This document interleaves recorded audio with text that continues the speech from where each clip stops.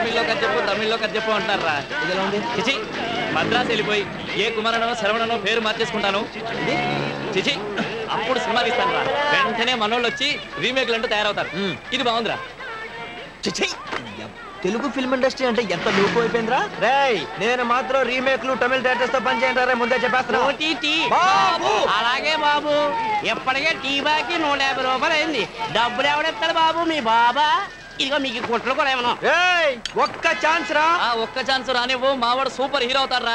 అప్పుడు ఈ తొక్కలో బట్టలు అద్దెకిచ్చే షాప్ ఏంటి, బట్టలు కొనుక్కునే షాపే పెట్టిస్తాడు మావాడు. సర్లేవా, నన్ను కూడా మా ఊళ్ళో శోభన బాబులో ఉన్నావు అంటే టెంప్ట్ అయిపోయి రైలుకి వచ్చాను. 15 సంవత్సరాల నుంచి మన పరిస్థితి ఇది. అవును రే, మీ ఊళ్ళో మొఖాలు చూసుకునే అద్దాలు అమ్మరా? అమ్ముతారు. 2 ఏళ్ళు ఆగలరా, మీకు ఈ పక్క షాప్ గారికి ఏం చెప్తారా? నీ ఫేస్ కి నా ఫేస్ కి ఏమైనా సంబంధం ఉందిరా? ఈ ఫేస్ వాల్యూ నీకు తెలియట్లేదురా.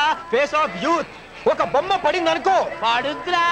మీ ఇంటి వాళ్ళు 6 నెలల నుంచి అద్దెవట్లేదని 33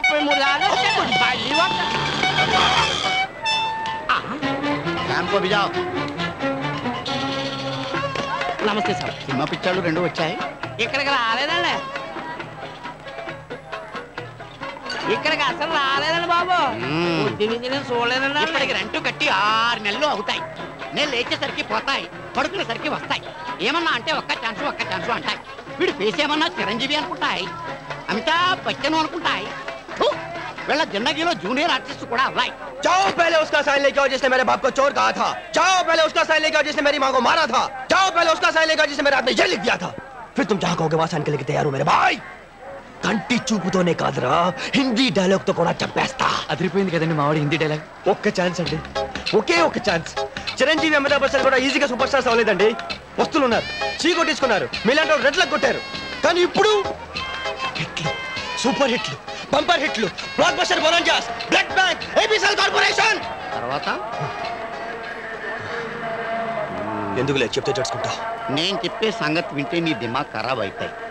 రేపు సాయంత్రం లోపల రెంట్ కట్టకపోతే మా కిరాణం షాప్లో నూనె డబ్బా దొంగతనం జరుగుతాయి. పోలీసులు అనుమానం ఎవరి మీద అని అడుగుతాయి. ఇంటి పైన ఉన్న 2 బర్బాద్ అని చెప్తాయి. మీరు జైల్లో ఉంటాయి, చెప్పకూడు తింటాయి. లేకిన్ జైలుకు రెంటు ఉండాయి. ఇన్స్పెక్టర్ షాంపూ ఫోన్ చేస్తాయి.